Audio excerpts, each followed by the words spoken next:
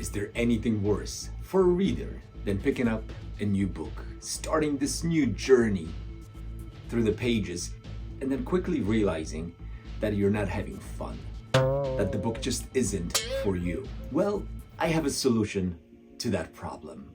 In 2024, I read 50 books, and except for one, all the other ones were amazing reading experiences for me. Of course, I liked some books more than others, but I enjoyed reading all of them. Which book has helped you most in your life? Oh, my husband's checkbook. So here, I want to share my secrets into getting that amazing first-rate reading experience no matter what book you pick up. Let's get into it. So the secret to loving every single book you read starts with first realizing what your reading taste actually is like. What do you like to read? So you have to start that by tracking your reads.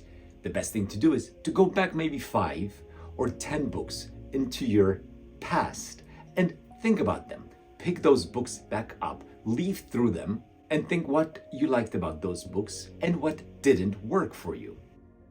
Think about things like plot, characters, themes, tropes, narrative style. Write down what worked for you and what didn't.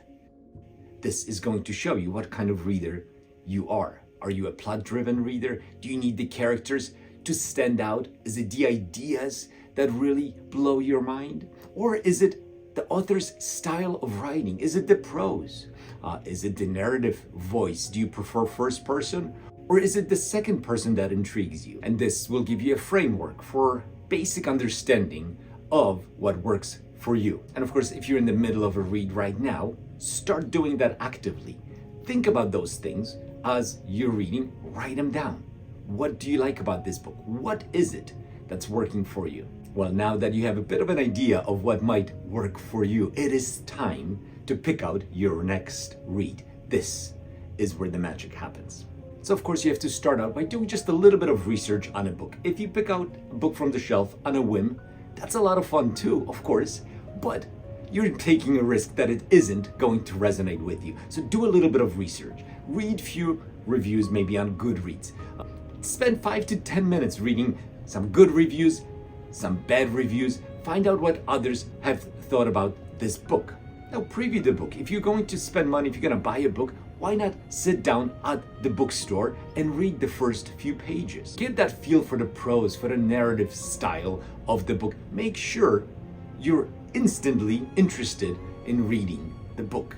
If the first few pages don't resonate, chances are the rest aren't going to work for you either. Here I mentioned Goodreads. I just want to throw a caveat into that. I wouldn't put too much stock into the actual average star rating of a book on Goodreads. I don't think it's very helpful, and many books that I loved in 2024 did not have a 4.5 rating on Goodreads. They do not have to. Some of the more challenging books that may work for you, in fact, are the books that are ranked a little bit lower on average because of the fact that people pick them up and just don't get what the author was trying to say or do with that story. Now, as you're picking out your next book, also consider the timing. Are you taking this book with you maybe on vacation, poolside, where you're gonna have a lot of time to sit back and read? Or are you in the middle of very busy work schedule, life is crazy, and you have 15-20 minutes to read as you're falling asleep with the book in the evening? I think a different book may be appropriate for each scenario. And here, one more thing on the timing that is really important. Some books can be read in small chunks, in the evening, while others require a much deeper dive. They just require that extra level of concentration from you. So for example, enjoying a Dan Brown or Michael Crichton novel requires something different from the reader than an author like Ursula K. Le Guin or maybe Greg Egan with a book like Permutation City. So adapt your reading pace, slow down for those deep, complex works, and feel free to speed quickly through books like The Da Vinci Code.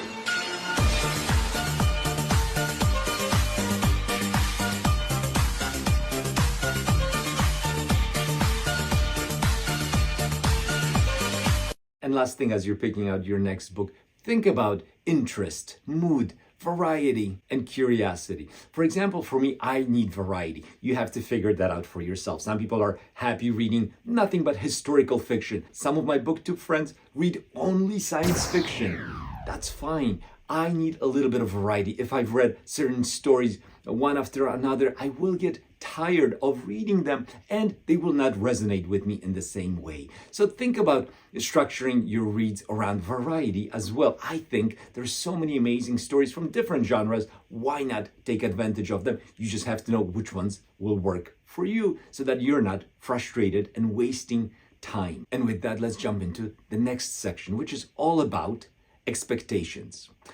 Once you've picked out that book, have the right expectations for it. Be open-minded. Be curious about what the author is trying to do instead of being judgmental or just waiting to be amazed. Know that each book will resonate differently for different reasons. Try to actively find the goodness that can be found in just about every book. So now you have the right expectation. You picked out, hopefully, the right book. Now it's time to start reading. Here it's a good idea to learn to pick out different aspects of a book and to appreciate those different aspects of a book. If the story, the plot, for some reason doesn't captivate you, perhaps focusing on the prose can go a long way. I've read books where the story was not nearly as good as the writing, and I still loved it because of that. What the author was doing, the sentences, the allegory, the hidden meaning. Well, if the prose isn't strong, maybe the characters are interesting. Stephen King can write incredible characters.